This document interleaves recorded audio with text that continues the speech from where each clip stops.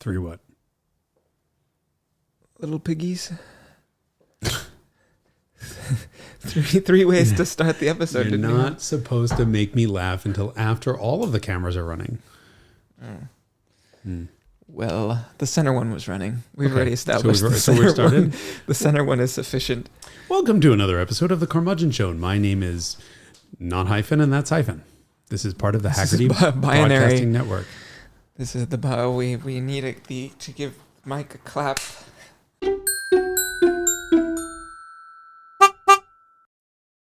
Not the God, clap. we are so confused.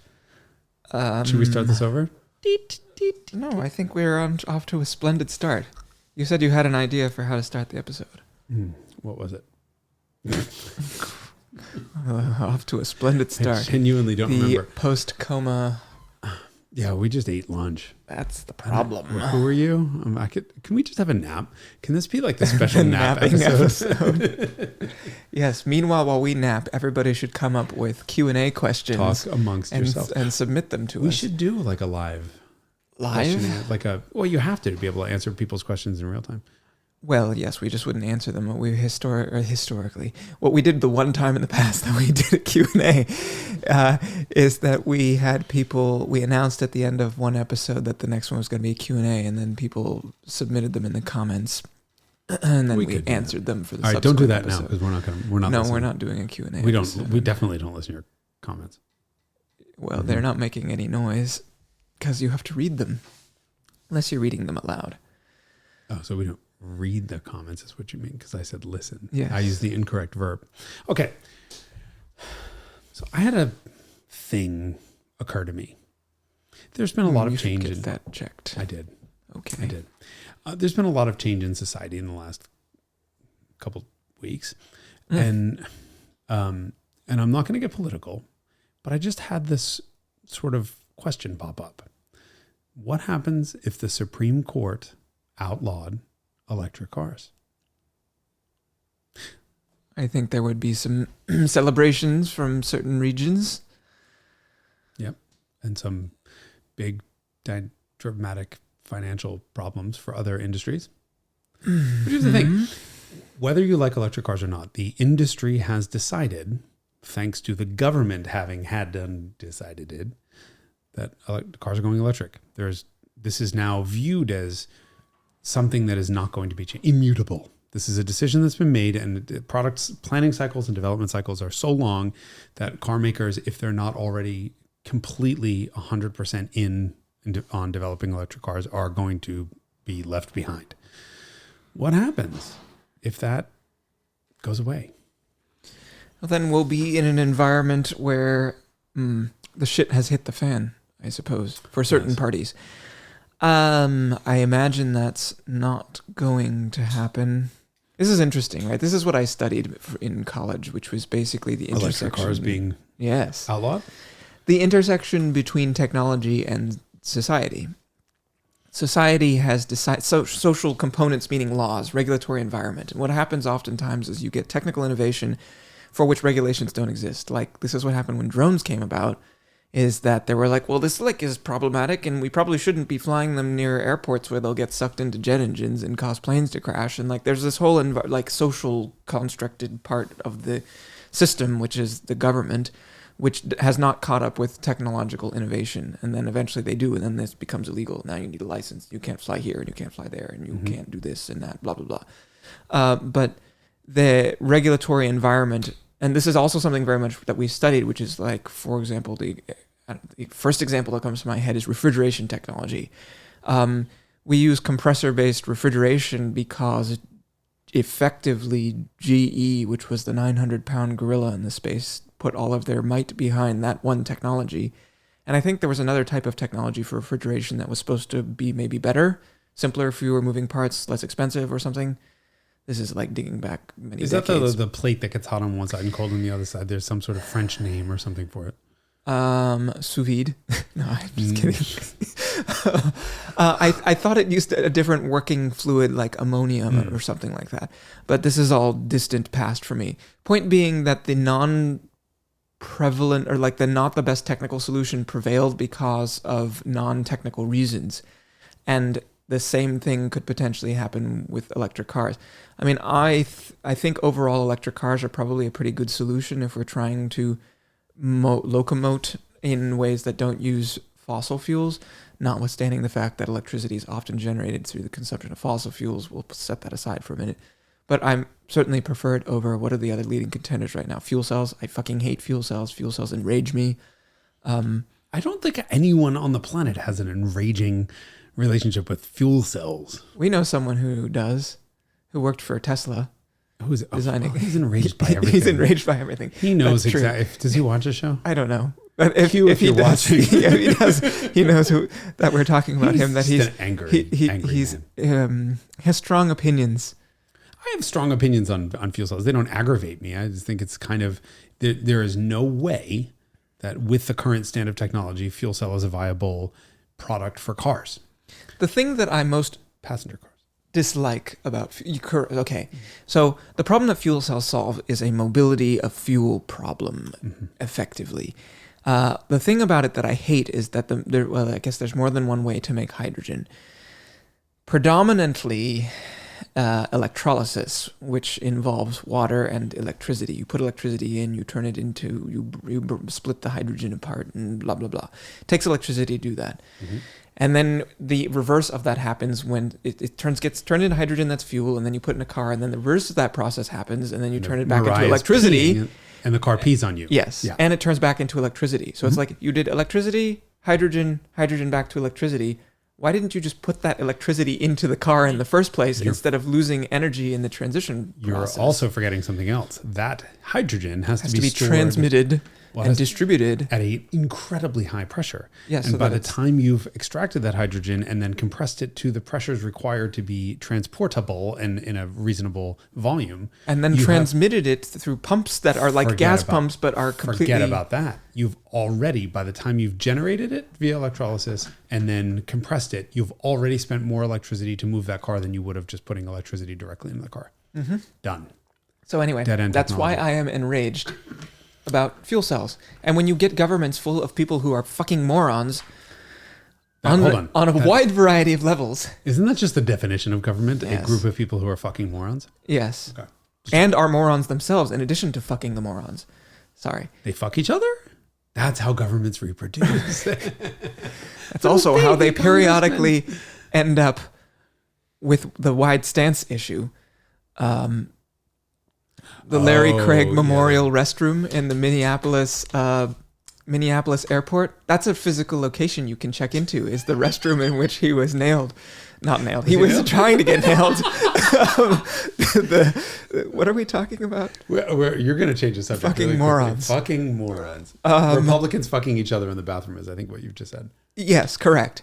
And so you can, as a physical location, go check in there. I don't know if it exists on Instagram, but it definitely existed on Facebook as a location to check in. So good. There's not a plaque. This marker placed here is for those of you who don't know what we're talking about.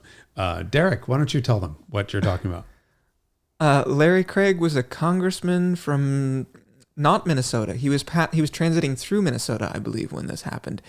And he was arrested by an undercover law enforcement officer for soliciting sex in a public restroom.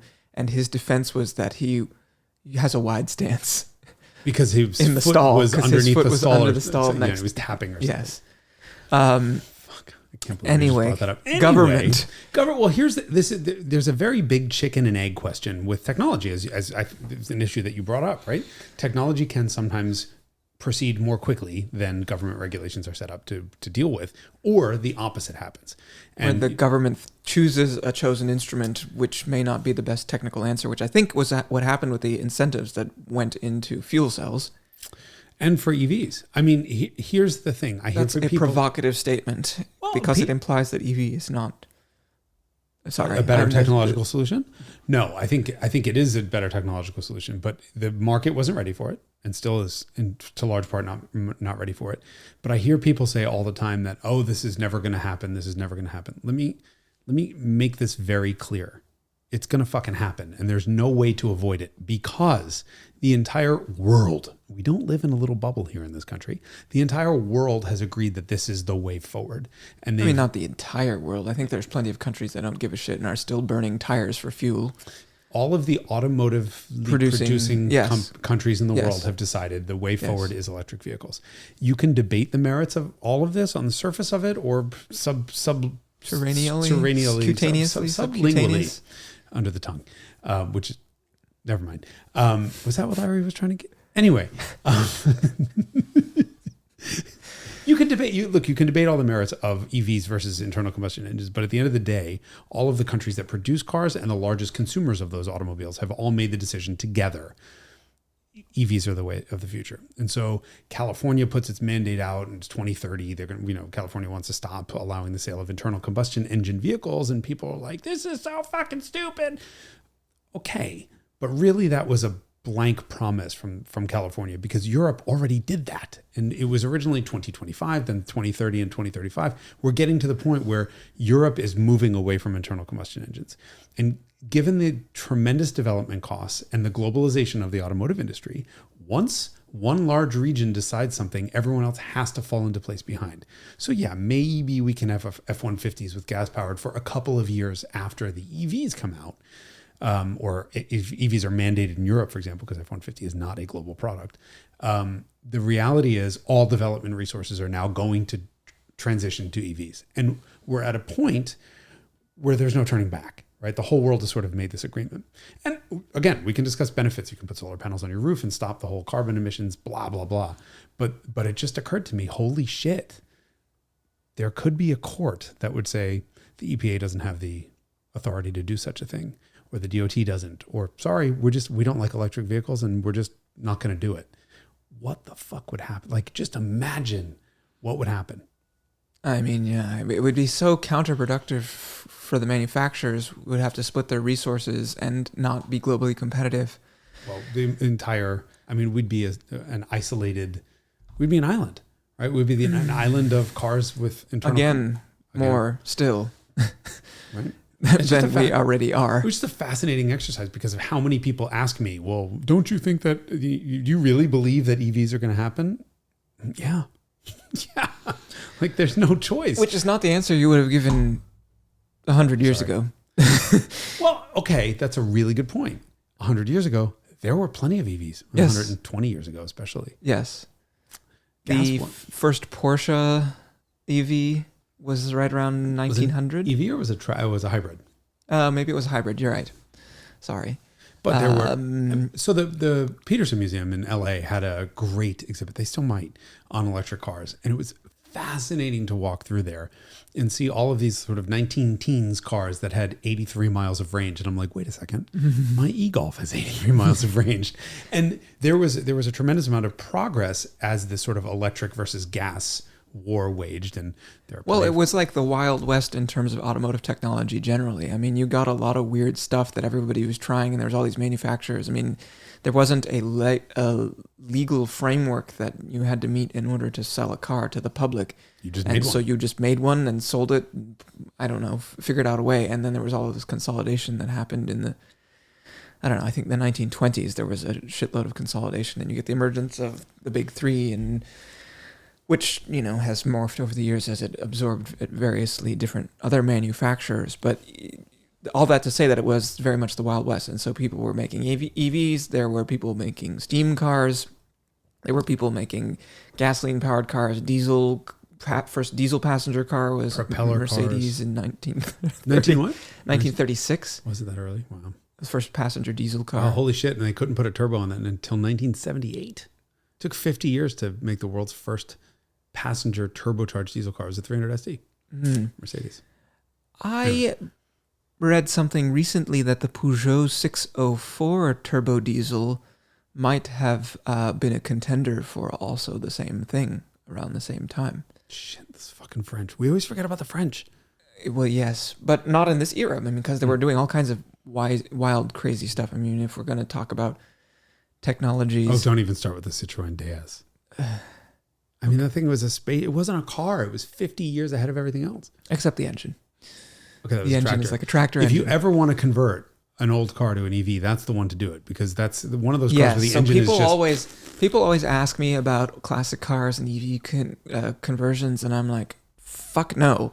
The best part of a vintage car, like a defining part of a vintage car, is the experience of the engine, and to give that up to me is like, I would only do that if it was the only way you could keep an old car on the road. I will, however, say that to the point that you just made, that if the motor is like kind of a boat anchor, then okay, maybe okay, especially given how sort of space age that car is. So let us hold court for a hot second about the DS. It'll be a hot second. Well, there will be maybe at some point. I would love to do like an actual time. What time did we start? I don't know, but you said 1 hot second. Okay. I gave you 6. Anyway, go on. Let us just explore a number of technically innovative features that the car had. Oui, bien sûr. The first ever disc brakes. Frein de disque. 4 wheels. So this... 4 roues. We both speak French. We can do the rest of this Carmudgeon show. On fait le reste de cet épisode en français. Cet épisode de le show de Carmudgeon. How do you say? Qu'est-ce qu'on voiture. Qu'est-ce qu'on dit Carmudgeon in French? I think you just did. Carmudgeon? Is it voiture Mudion? Yeah, for sure. Anyway, bien sûr. Sans doute. All right, so the four-wheel disc brakes. So the oleo-pneumatic suspension. There's full of stuff that sort of resurfaced. You had the lights that turned with the steering wheel, which we now rather ubiquitous in the luxury car market. What other technically innovative features? The semi-automatic gearbox. Oh yes, there's a whole thing about the thing that you just the Citromatic. Yeah. It is a psychedelic experience to operate. I definitely have a lot of in-car video of me operating a Citromatic because the thing was so weird. An insert now. I will have many inserts of Citromatic use.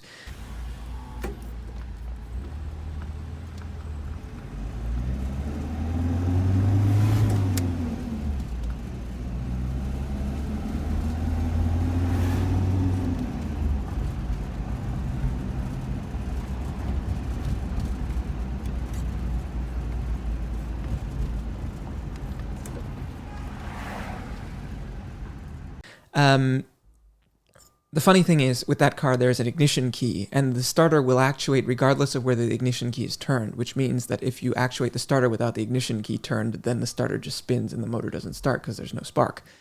So you must first turn the ignition key so that you have energized the ignition system, and then you move the shift lever to a position that is called start, and you hold it there, and it's spring-loaded just like the key in a normal car, and then the starter runs, and you release it when the car starts, just like an ignition key.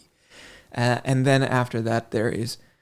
First is away from you, you push it, and then second is to start. So for neutral, the start is to the left, and then it returns to the neutral position once it's started, and then you push it forward to get first, and then you pull it towards you from first to get second, and then over to the right to get third, and then once more to get fourth. And this, by the way, is not an actual... There's no physical linkage. This is an electric switch, correct? It's not electric? I assume so. There's absolutely no load on it, right? Yeah. I mean, it's not like you're a shifter. Doink. Yes. It's very dainty. That is all correct. And it shifts more or less immediately when you move the lever, and then it clutches. It has a clutch. It's a manual gearbox somewhere in there, and it has a clutch. And so when you get on the gas, it's just like driving a Ferrari F1 gearbox. Exactly the same. Exactly the same. No, but in the sense that when you pull away from a stop, it does exactly what a Ferrari F1 does, which is you can feel it letting the clutch out. And because the car is on like oleo-pneumatic suspension, it's all very aquatic, and so the car is like lurching backwards as it's pulling away. And low speed modulation is poor, and it has an adjustable PIS, which the Ferrari terminology for in English it's point of initial slipping, which is the clutch friction point, how many revs it's doing. If it's too high, then the car's pulling away at 2,500. If it's too low, then it stalls. It's staggering that Citroen was able to pull this off in the 1950s when... And I prefer the Citromatic to a Ferrari F1. Me as well. It functions much better. Yeah. And so that was like another in the long history of weird non-automatic automatic transmissions that goes back, of course, to the French. It's not entirely true, but the Cotal preselector and the Wilson, which was licensed and used by a lot of French companies, but was actually, I think, British in origin, if I remember correctly. But those are all very wild to use also. There's like a little, have you ever seen the little mini shifter? It's like this big little manual shift gate, exposed gate with a lever, and you move it around.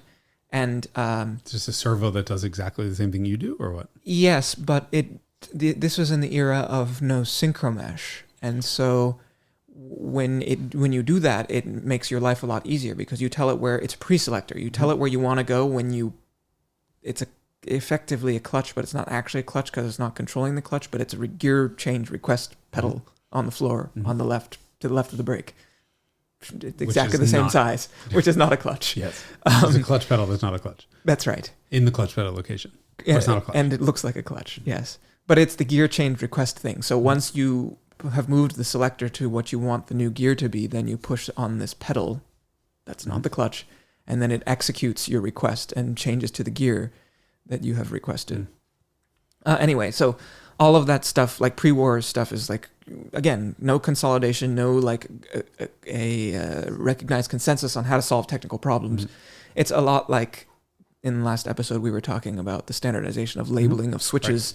Right. The technical solutions, I mean, I guess we still have some variety. We have CVTs and we have dual clutches and we have torque converter automatics. So there's like a bunch of two-pedal driving solutions that all contemporaneously exist. So back then, yes, you had pre-selectors, Citromatic. Porsche had Sportomatic. I've never driven a Sportomatic. Would like to. It's the same thing as Volkswagen's semi-automatic in the Beetle, where when you press the gear lever down, it clutches, and then you Yes. I think it is the same as that. Have you driven one of those? No. I am very interested to drive a Sportomatic. I think it'd be interesting. Yeah, out of curiosity, as a sort of technological dead end. I mean, right here's the one thing about transmissions that I love is that the manual hasn't changed. Yes. Really, I mean, there's been a standardization of shift pattern and pedal placement, layout, but that's it. Nothing else has changed. And refinements to make the technology better. So weird shift pattern experience? Do you have any like really wild shift pattern experience? I mean, I have two cars that have dog legs. That's, I mean, for most people, disorienting is probably the weirdest. I've definitely done Bugatti GP car where the shifter it's right-hand drive and the shifter was on the outside and it was a conventional H, but it was backwards. Mirrored. So 1, 2, 3, 4, right? So yes. One is where we would have fifth gear now. Yes, I guess exactly. Fourth gear or third gear actually. It's front right. Yes. Top right. Yeah. The other car, I can't remember whether this car is also mirrored up and down as well. It's definitely mirrored left to right, and it might be mirrored up and down also, is the BMW Isetta. Oh, God. The shift pattern on the Isetta is very wild.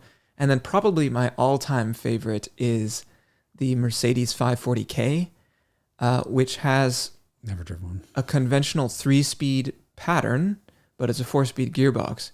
And so conventional 3-speed pattern is a dogleg 5-speed without fourth and fifth gears, which is to say that reverse is the top left corner, first is down, second, third. Right. And then in the 540K, the way to get to reverse is not to return to neutral, but to go from third over and then forward. Oh, that's wild. So the shift pattern looks like a fucking spaghetti. That's cool. Because fourth can only be accessed through third, because they were like, oh, no, 4 gears is too many to access through an H pattern. So we must make a way that you can only get into fourth from third.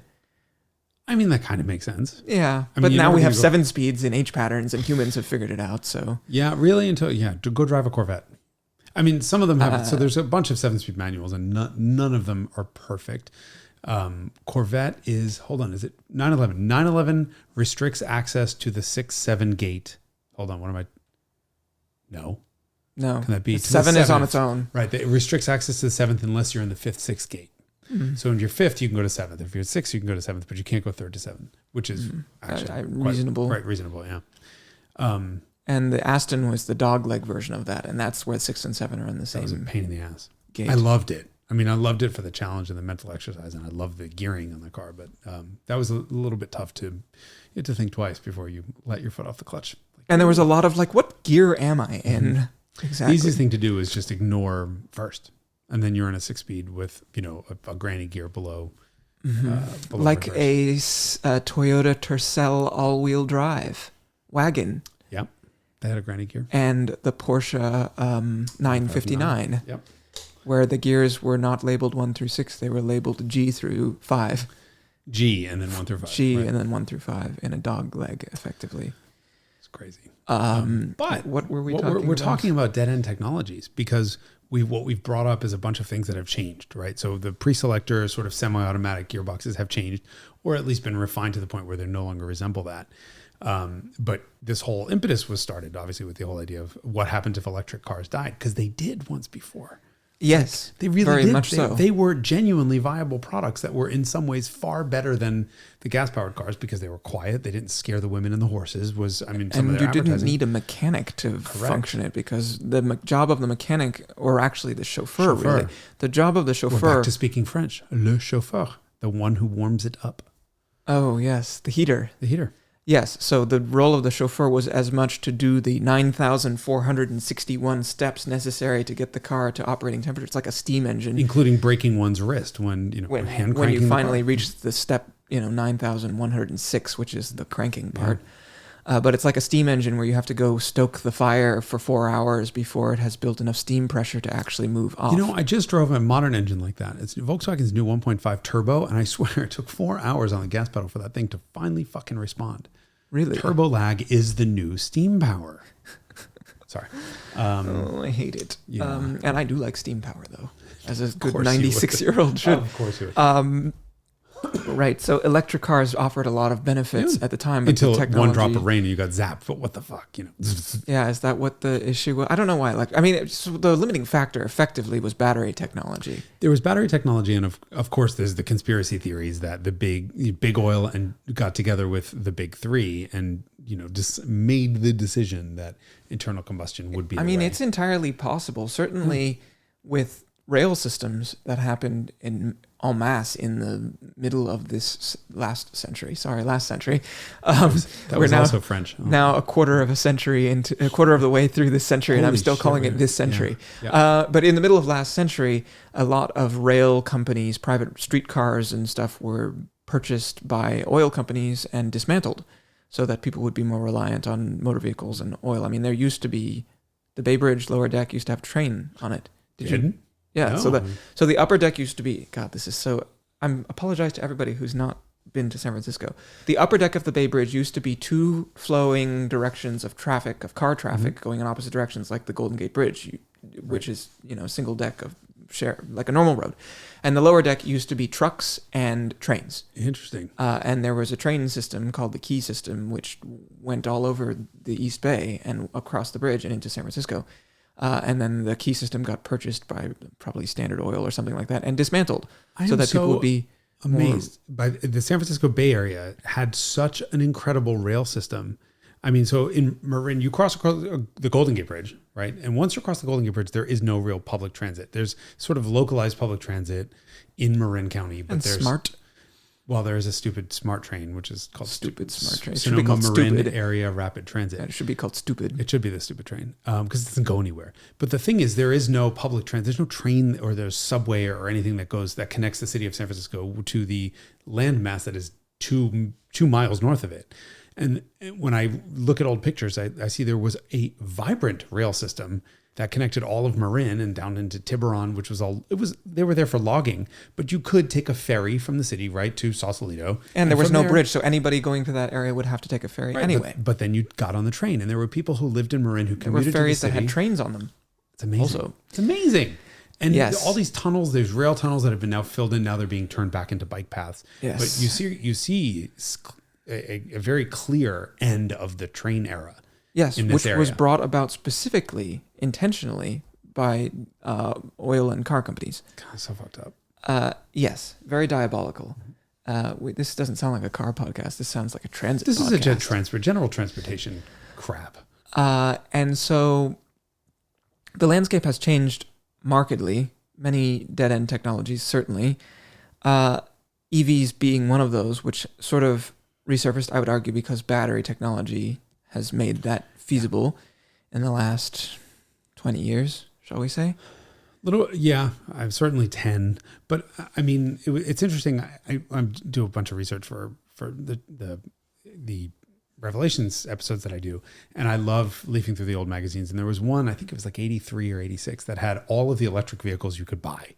And there was, there was a Golf, and there was all these sort of like one-off conversion stuff like that. They were all lead acid batteries.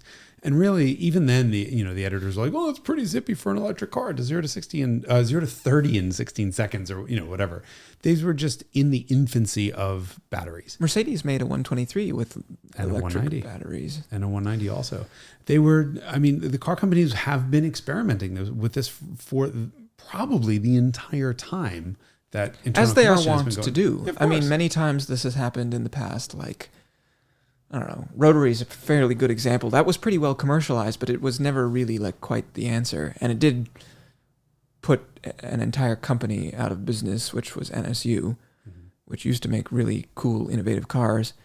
There was a lot of experimentation with turbine cars in the 1950s and 60s. I mean, Chrysler has the famous turbine car. Rover did a lot of turbine experimentation. People were trying to race these things at various times also. I saw there was one at Goodwood. Jet engine. To the man with the hammer, every problem looks like a nail. And when you're in the dawn of the exciting jet age, let's put jet engines in everything. That or nuclear power plants, which... that's an interesting one that no one's evaluated yet. To our knowledge. I bet it was tried. Lada or something. I mean, just the radioactive dude who's driving it because he was too close to Chernobyl. He's not really generating the power.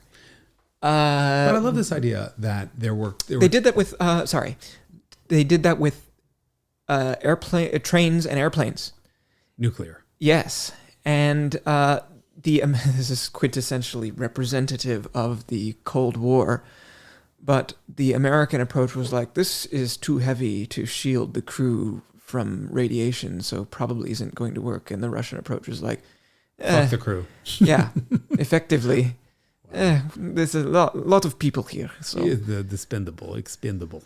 So that didn't work so well for airplanes. It works well for ships and apparently there's still nuclear power. Nuclear submarines and aircraft carriers and all that stuff. But all of these sort of dead ends, which end up sometimes coming back around.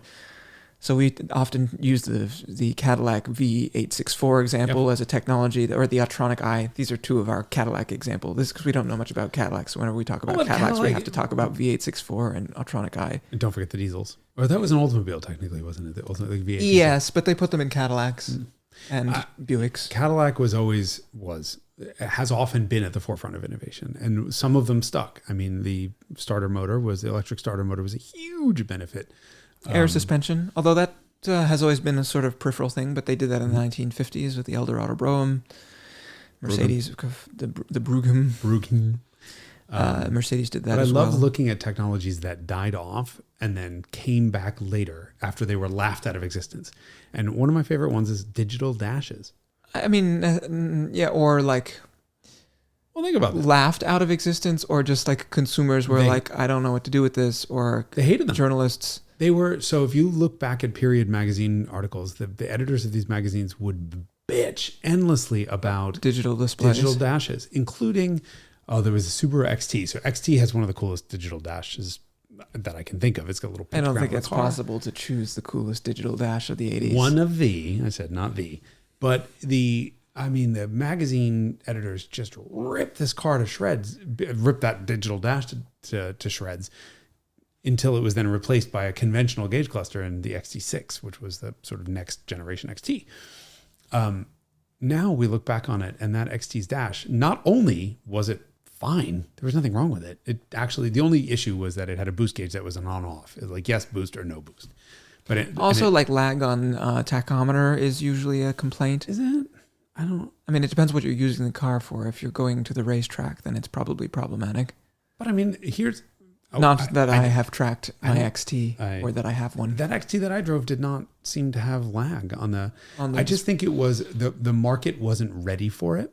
And the funniest thing to me is, like a sweeping bar graph of little bars of LCDs. Fine, I get that. All right, what you're doing is you're emulating a sweeping gauge. Just go with the real thing.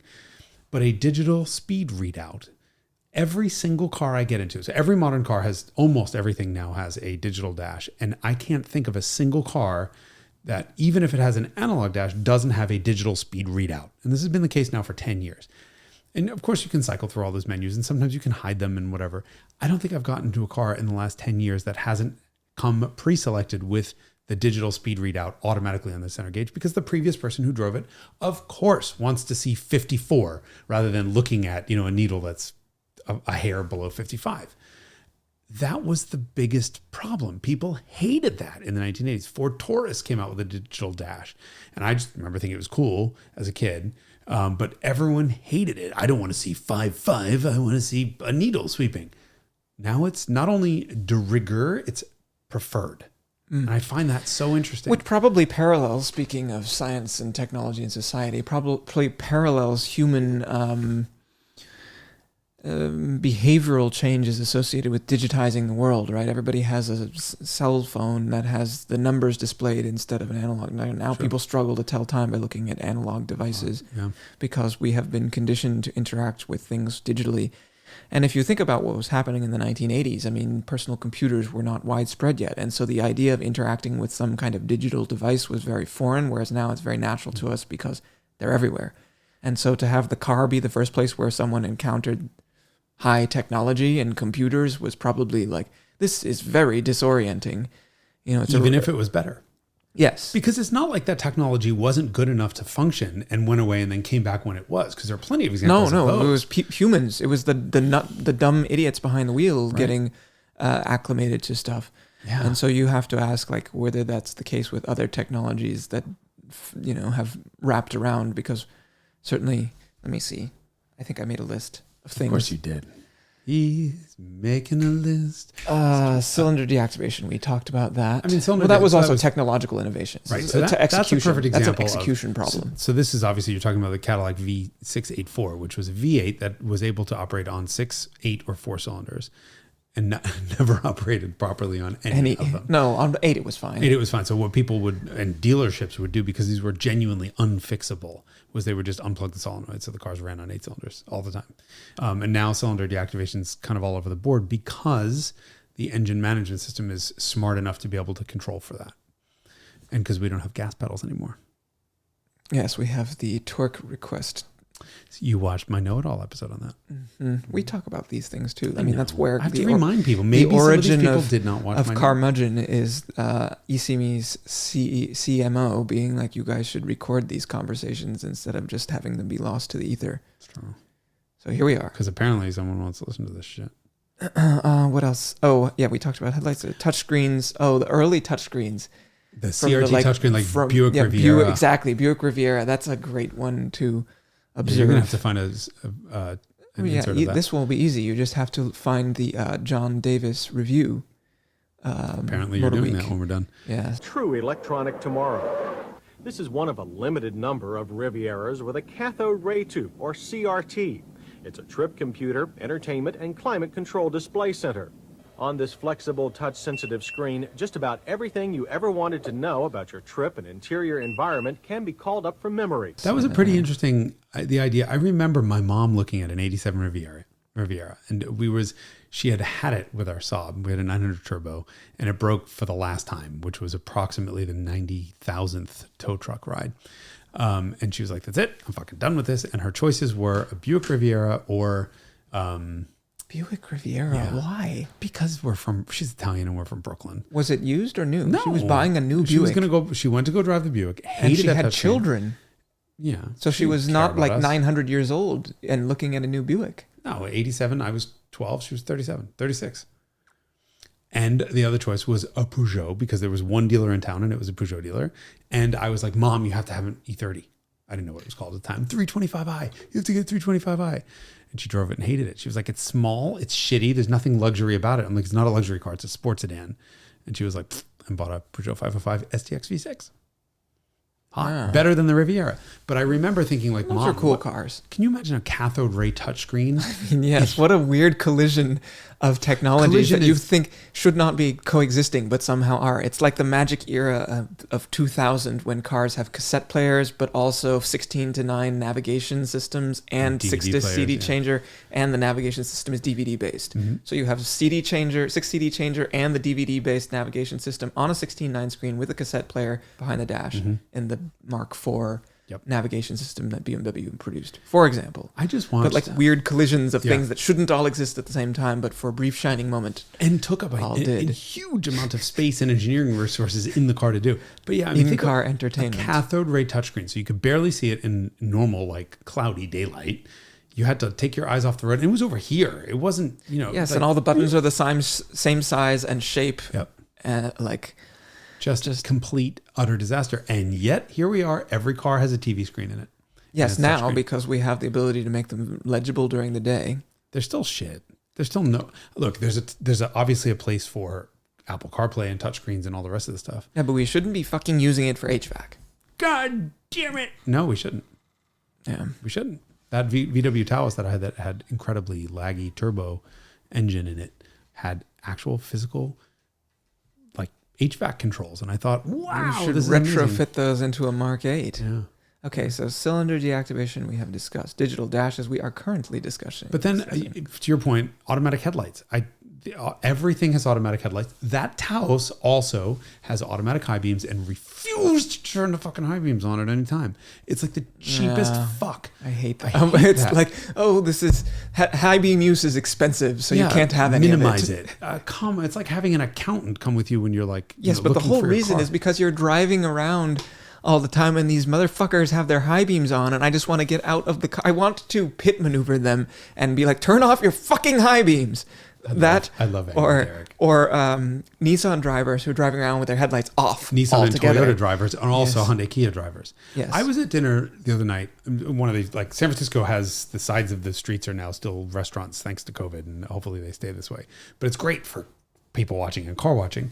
And I think we were probably at 30 cars that drove by without a single fucking light on the outside. And you could see the idiot behind the wheels getting a sunburn. Yes, from the brightness gauges. of the gauges. But they have no other way of knowing. And then, of course, are the ones with DRLs on. So just, Yes. shit beam pattern, just sort of weirdly diffuse bluish light coming from the front of the car. Nothing from any other side. Yes. And you think, I was at a I mean, it should be illegal. It should be regulated against to have cars that have illuminated gauges. Canada did this.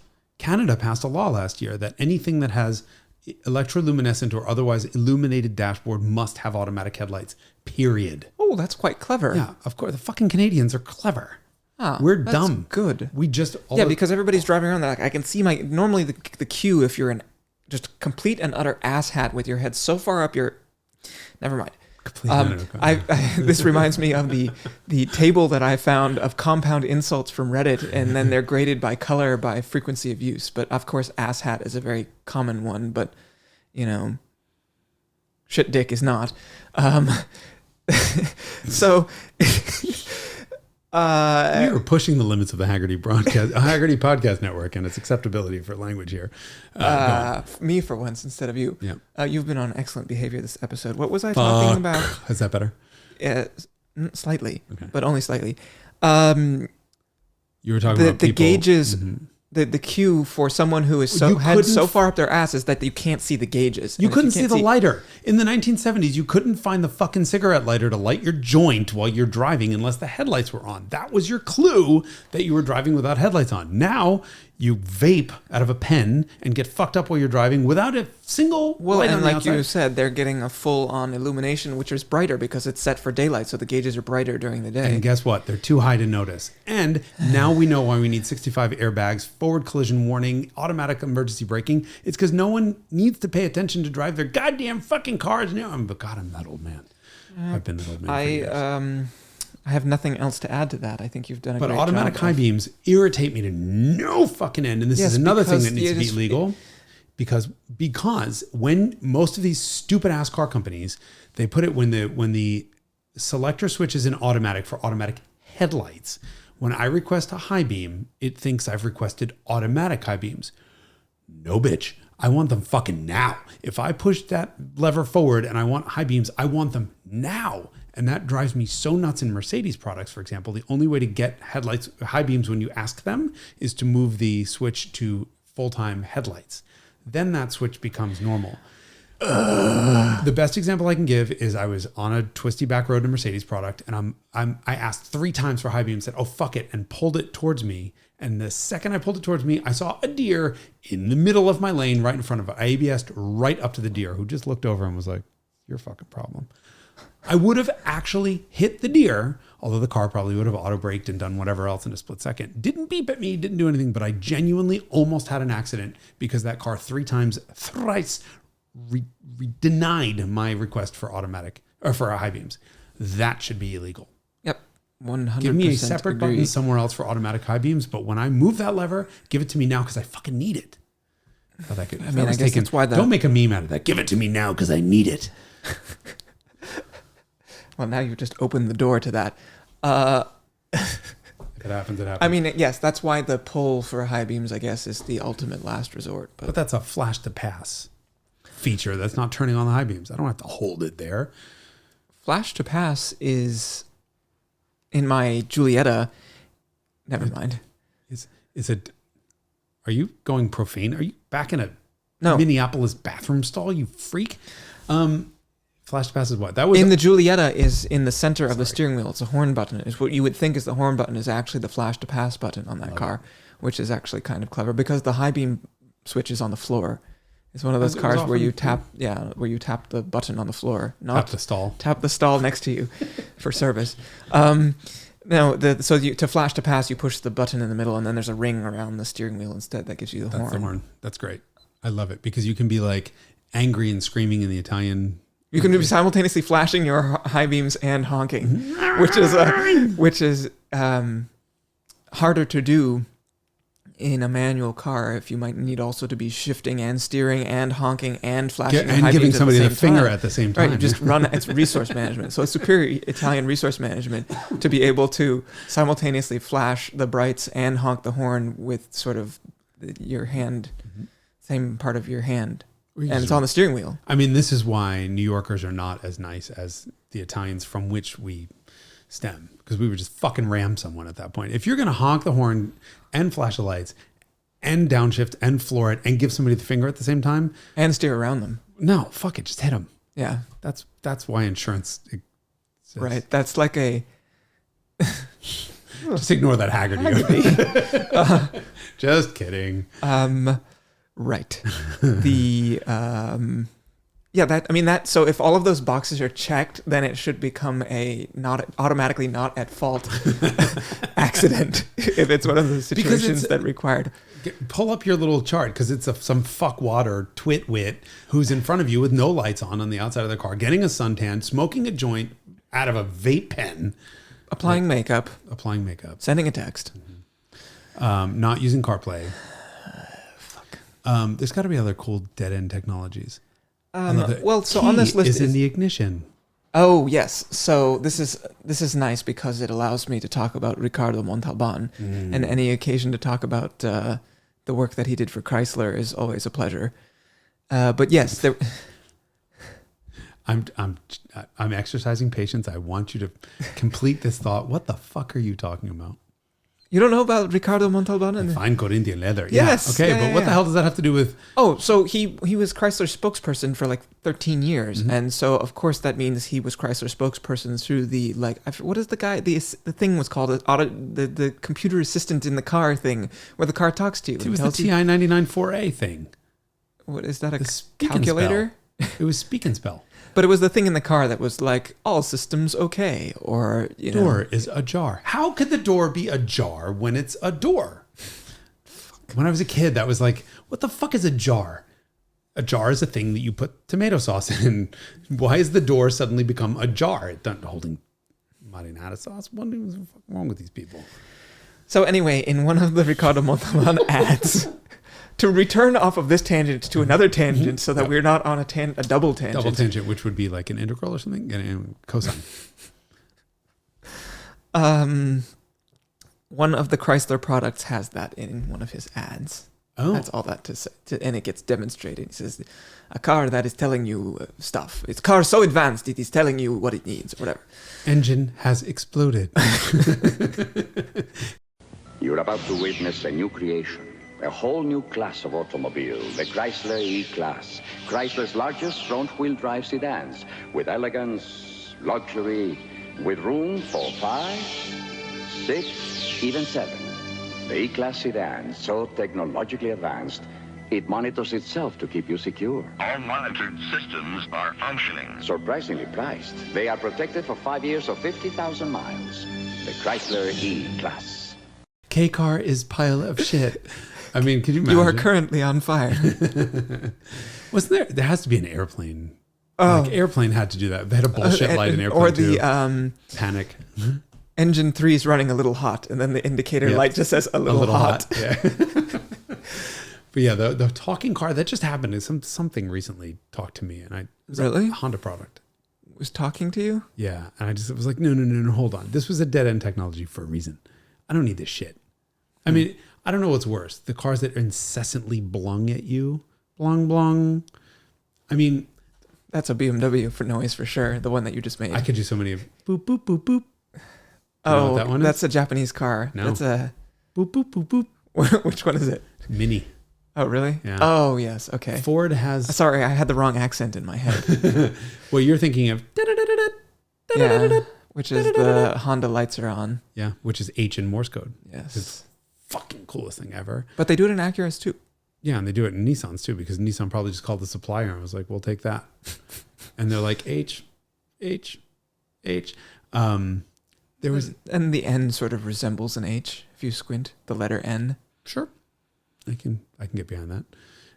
Veloster N, Hyundai Veloster N does not make that sound. Yeah, boop boop boop boop. Anyway, cars that blung at you incessantly without telling you what they want is a bad thing. But I'd rather that. That's usually seatbelt if it's not telling you anything. Yeah, speaking of seatbelts, you don't drive a lot of modern cars, but this really fucking irritates me. Recently, a Toyota product did this to me, and I noticed Subarus do the same thing. If you start to move on one of these cars without your seatbelt on, and you get a seatbelt blung, it after like 10 seconds becomes a double More speed frequent. blung. So it goes from a quiet blung to blung. It doesn't stop. Mm-hmm. Even if you stop the car, put it in park and pull the emergency brake, blung. You have to turn the fucking car off or put your seatbelt on. Even if you're stopping the car to get out of it. I just want to know what imbecile in a cubicle somewhere in a fucking high rise didn't realize that if I'm in park with the e-brake on and the engine not even fucking running at that point, leave me alone. I don't need a seatbelt on. I'm not at risk. I'm not at risk. Maybe at risk because I maybe stopped in the middle of the road with no lights on because your stupid idiots who programmed the same thing didn't program the lights to turn on automatically. Yes, but that has nothing to do with seatbelt etiquette or protocol. Exactly. What are you going to do? Not fire the airbag next out of spite? We'll find out about that. Or the old open the door to help you see the curb when you're reversing, and then a car that doesn't have the modern park where it just returns to the zero position and it throws the car into park. You know that I've been knocked unconscious twice in my life, and one was by that. So once I got hit, This story is so absurd. Jeff Goldberg hit me with a rock. I don't know if he's still alive. I mean, at this point, my age, who knows? This kid Jeff in summer camp hit me in the head with a rock, and I woke up with my sister. Every time I really got injured badly, I would wake up with somehow my twin sister would be over my head going, Jay. And I woke up to her kicking him repeatedly in the stomach on the ground. You don't fuck with my brother. And then she carried me to the infirmary. We were twins. I was like the shortest kid growing up, and she was like 5 inches taller than me and the school bully. So anyway, that was the first time I was ever knocked unconscious. The second time was a fucking X5. BMW X5. I've obviously told you the story, but you at home may not know this. How do I know you're at home? You In the on car. the other side of the screen / speakers. Fourth wall. Yeah. Is that the fourth wall or third? Fourth. Fourth. 1, 2, 3, 4. Yeah, fourth wall. I was backing up an X5 and I opened the door to look behind. And all I know is that I woke up on the ground underneath the You car. should have been wearing your seatbelt. Yeah, threw itself in park, and I smacked my head on the door frame. It's the only thing I can figure out because I had a huge welt on the back of my head, and I woke up on the ground. Car idling. I have no idea how long I was out for. In park. Thank God. But these stupid ass cars that throw themselves in park. I hate it. It's so dumb. Or Because anytime I'm parking on the left side of the street, I always open the door so that I cannot curb my wheels because I hate curbing wheels. Or cars that will now slam on the brakes if they don't. I think Tesla does this. A bunch of cars that when you're maneuvering, if you don't have your seatbelt on and the passenger or the driver's seat sensor doesn't sensor weight anymore. Yes. I So do you this sort of oftentimes because turn around for parking. I use the dead pedal to give myself a little extra lift so that I can see better. Boom, slam on the brakes. Oh, fuck. I hate that. I understand the safety benefits of this. Here's the flip side of that. Acura Integra does not automatically, and I couldn't find it in a menu, does not automatically turn on the parking brake, the electric parking brake. And a couple times I almost rolled away in that car because I'm so used to cars with EPBs, electronic parking brakes. I want them to go on when I say. Me too, but the problem with that one is if you do a quick pull on the EPB, it ignores you. So you have to do a really like half a second or more extended pull, and then you're listening or looking for an LED that it makes. Bless you. Sorry, I'm a little constipated. There's just, you know what worked really well? A manual parking brake and a manual transmission. Because you know what's going on. And carburetors and cable brakes. Fuel injection greater than carburetors. No, I know. Carburetors are a dead technology. Can you imagine carbs came back? No, instead we replaced carburetors with CARB, California Air Resources Board. But we did replace direct fuel injection with indirect throttle body with no. Oh, Mercedes went from direct to mechanical sequential, then to continuous fuel injection, K-Jet, then to like Motronic, which is sequential again, and now back to direct injection. Back into the cylinders. That was another dead-end technology, direct injection. Yes. I mean, it was probably used continuously in airplanes. Mm-hmm. But yes, cars, I mean, I don't know. 1950, what year did the going for? 54. 54. Mm-hmm. 1954, direct injection. Mm-hmm. Never done again until Mitsubishi did it in 99, I think. Their GDI. Really? Yeah. Something I like mean, why don't you read Wikipedia? Huh? I bet Wikipedia knows. I will do that. I'm going to change it. And Corvette, of course, has mastered dead end around fuel injection because fuel injection was available on early Corvettes starting from 1957 as an option, and then it was dropped in after 65 model year because the big block came out. This is me knowing. This is the one thing I know about Corvettes. So the C2 Corvette came out for 63. That's for Stingray. It had drum brakes and was carbureted and was a small block. And then in 1965, and with the option, the hottest motor you could get was the fuel-injected version of the small block. Huh. And that was still available in 65. And then at that time, they also had the big block was introduced for the first time, I think 65 or 66. 65, I believe. 396 cubic inch big block. And then it was the 427 from 66 and 67. And the small block with fuel injection was more expensive than the big block, and it made less power. And so there's only 1 year where they were simultaneously an injected small block and a big block available because everybody bought the big block. And so a fuel injected 65 Corvette's very unusual. And then you could also get disc brakes. So there is exactly 1 year, disc brakes were standardized from 65. So in 65, you could get, that's like a very weird unicorn specification, would be a small block fuel injected disc brake, 65 Corvette. Mm-hmm. And then there was no fuel injected Corvettes again until the C4 came out in 84. So they had fuel injection and then dropped it and didn't bring it back for another 20 years. I just thought of something else that Corvette had left on the table forever. Overhead cams in Corvettes. Once. Oh, yes, the ZR-Weon. The ZR-1. ZR-Weon? I was thinking faster than I was speaking. Yeah. And then quad cam, overhead cam V8, back to push rods. I mean, if you would have told me 30 years ago that my favorite V8 at the moment in the year 2022 would be a cam in block push rod motor, I would have laughed at you. But go figure, the LS became the winner. I mean, how many naturally aspirated V8s still exist? Lexus. The Hyundai has the Tao, the 5-liter Tao. I think that's still in production. Toyota's got all GM. Well, okay, so GM, all the American car companies. Ford doesn't have. I think Ford does have a push rod for the trucks, but they're all I think all their. What about the Coyote? Coyote's overhead cam. Yeah, so I mean, Ford's V8s are all naturally aspirated. All Ford's naturally aspirated V8s are all overhead cam now. But the 3 American car companies have naturally aspirated V8s. Toyota, Hyundai, Kia. BMW does not. None of the Germans. Mm-mm. They've all gone to the two, The technologically superior. 2, 3, 4 Two liters, Yeah, 2, 3, 4 500 liters, cc. and 4, 6, 8 cylinders. All 4 cylinders are 2 liters, all 6 cylinders are 3 liters, and all 8 cylinders are Except 4 BMW. liters. BMW's V8 still 4.4. Is it? Mm-hmm. And Well, that seems to be working brilliant for them. and the Those fucking V12 shitty- is 6.8 in the 6.6 and 6.8 in the Rolls Royces. What is a 760 motor? Is that- 6.6. No, hold on. 6. Oh, I'm supposed to know this. I'm not. I don't remember, but I know I think it's. I don't give many B68. shits about this It's topic. either 66 or 68 in the Rolls Royce. It's supposed to be the 6 3/4, so it should be 6.8. I don't.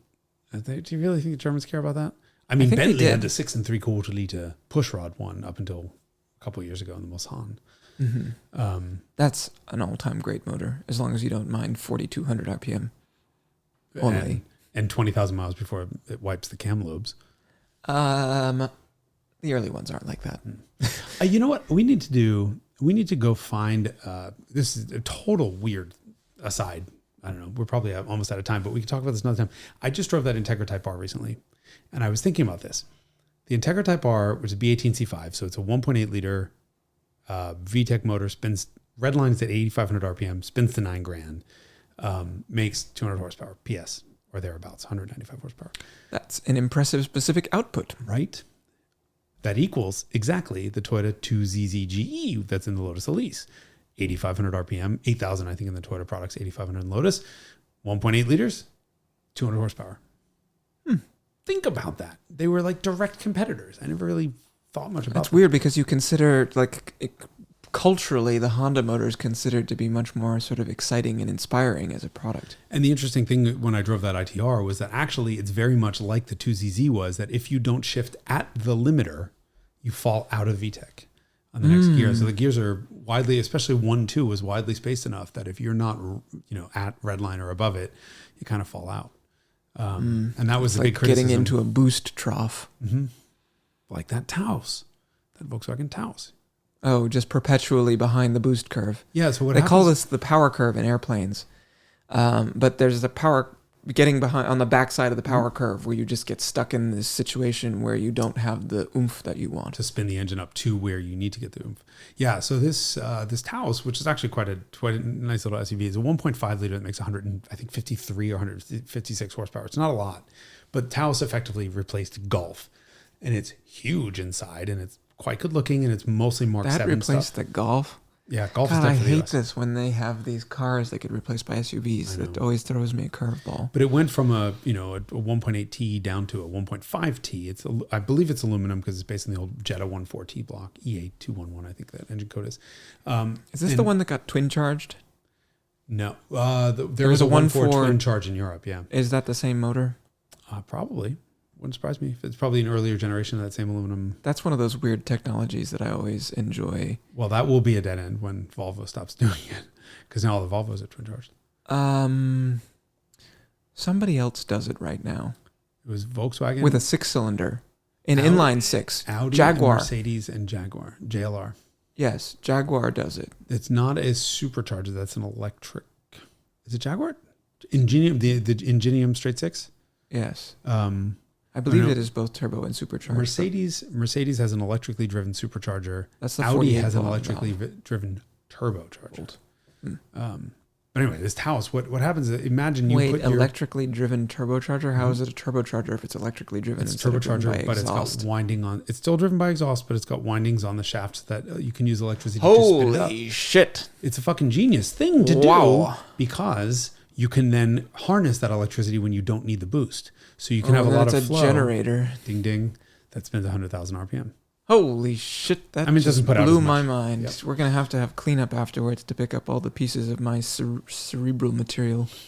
Holy shit! Well, to bring you back to earth, Taos, perfect example of how to do something wrong. Let's say you add 30% throttle off the line.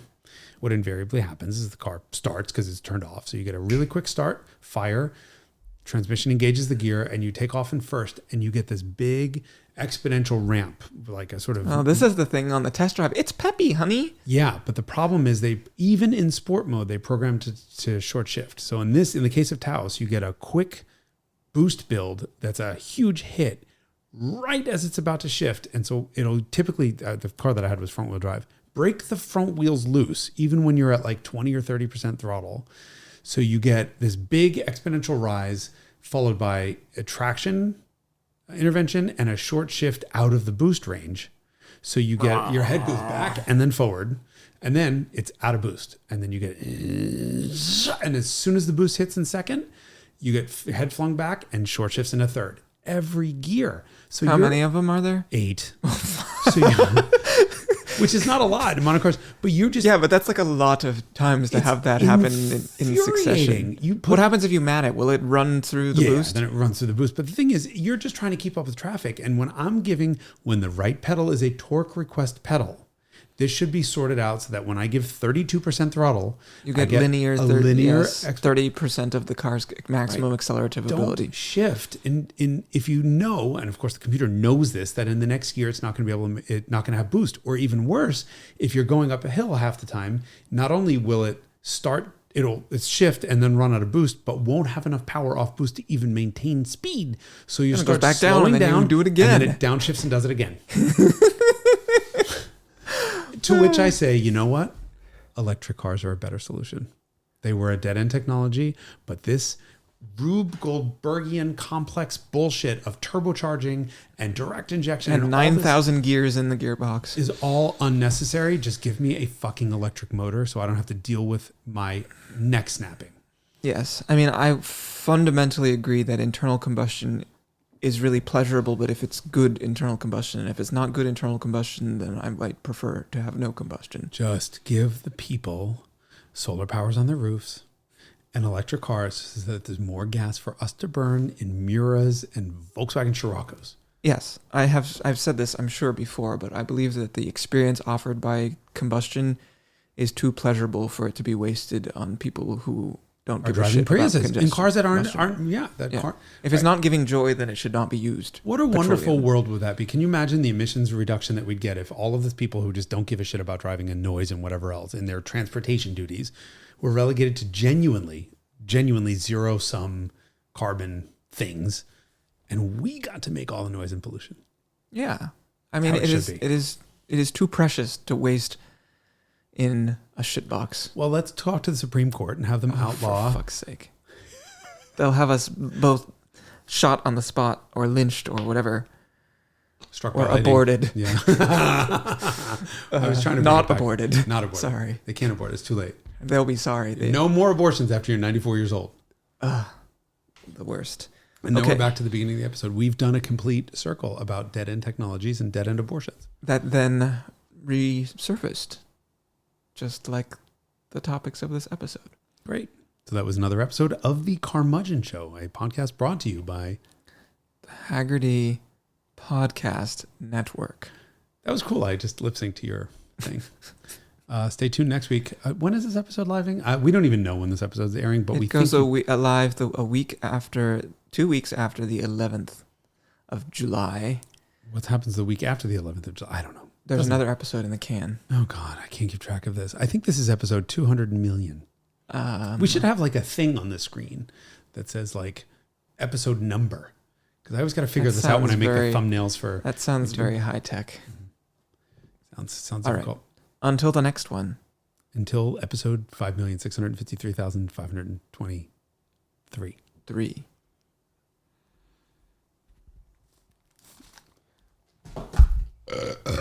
Oh, that was wet.